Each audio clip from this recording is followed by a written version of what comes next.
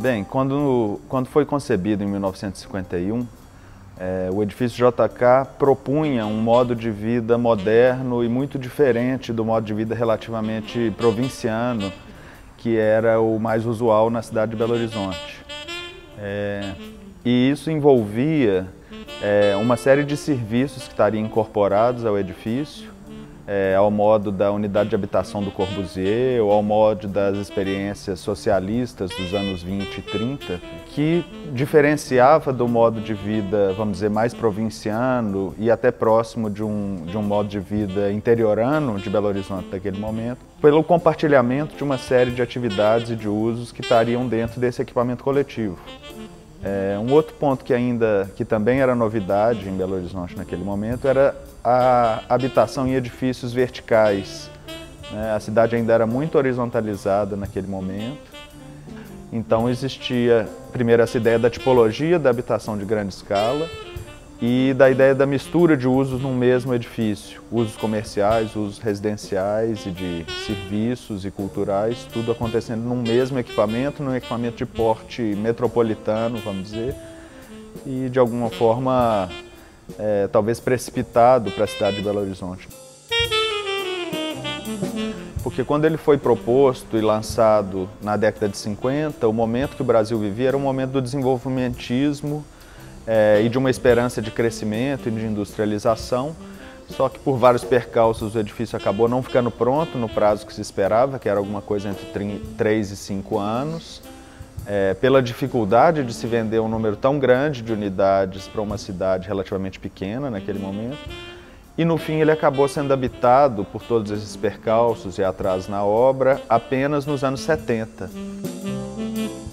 A gente estava naquele momento numa ditadura militar muito pesada e muito restritiva do comportamento das pessoas. Então a coletivização das atividades, dos usos e dos encontros como proposto pelo edifício, no projeto do edifício nos anos 50, de alguma forma não era possível, não era desejável pelo poder público naquele momento. Inclusive, acho que o exemplo mais paradigmático é o espaço que seria destinado ao Museu de Arte Moderna, que fica na Praça Suspensa do Bloco A, junto à Rua Timbiras, que foi pensado para abrigar um Museu de Arte Moderna, que no fim das contas nunca veio a existir nem como instituição e nem como espaço, e foi implantada ali uma Secretaria de Segurança Pública. O edifício passou por todos os processos que a gente vê se repetir em edifícios dessa escala ao longo da América Latina, mas do mundo inteiro.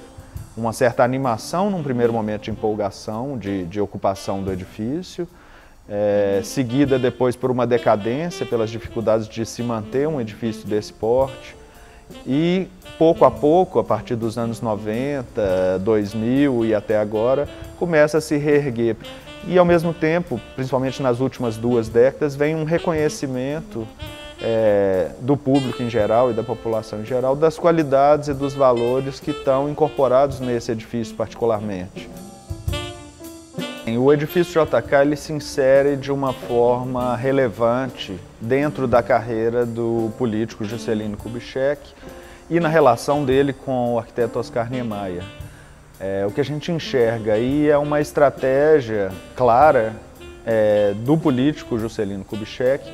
em marcar suas gestões no Poder Executivo através da realização de obras notáveis, de obras importantes, que é a Pampulha, em 1941, o Conjunto JK, em 1951, e Brasília, que é inaugurado em 1961, um pouco depois de Juscelino se tornar presidente. Bom, o Conjunto JK ele pode ser situado dentro da obra de Niemeyer sob alguns pontos de vista, tanto do ponto de vista plástico, da evolução da plástica dos edifícios modernos ao longo de meados do século XX, quanto de uma sequência de obras ou projetadas ou realizadas por ele. Mas o que a gente vê é a transição dessa influência do Corbusier para a influência das curtain walls norte-americanas, dos cortinas de vidro, dos panos de vidro norte-americanos, inclusive a partir da participação do próprio Niemeyer no edifício da ONU. Então, de alguma forma, a gente vê no edifício JK uma certa simplificação formal que abre mão dessa solução de fachada em colmeia e a substituição disso por um pano de vidro liso. Um outro ponto que é interessante a gente tocar sobre a escala do edifício e a relação que ele estabelece com a cidade é que a inserção de um número tão grande de pessoas morando no mesmo lugar, atrelada à diversidade de usos que esses edifícios geralmente trazem, é a ideia de que esses edifícios podem ser utilizados como instrumentos de planejamento urbano e como equipamentos de catalisação e de dinamização do espaço público onde eles são inseridos. Então, acho que ele tem que ser entendido como um equipamento urbano e como uma ferramenta útil do planejamento urbano no sentido de gerar cidades mais densas e mais compactas no dia de hoje.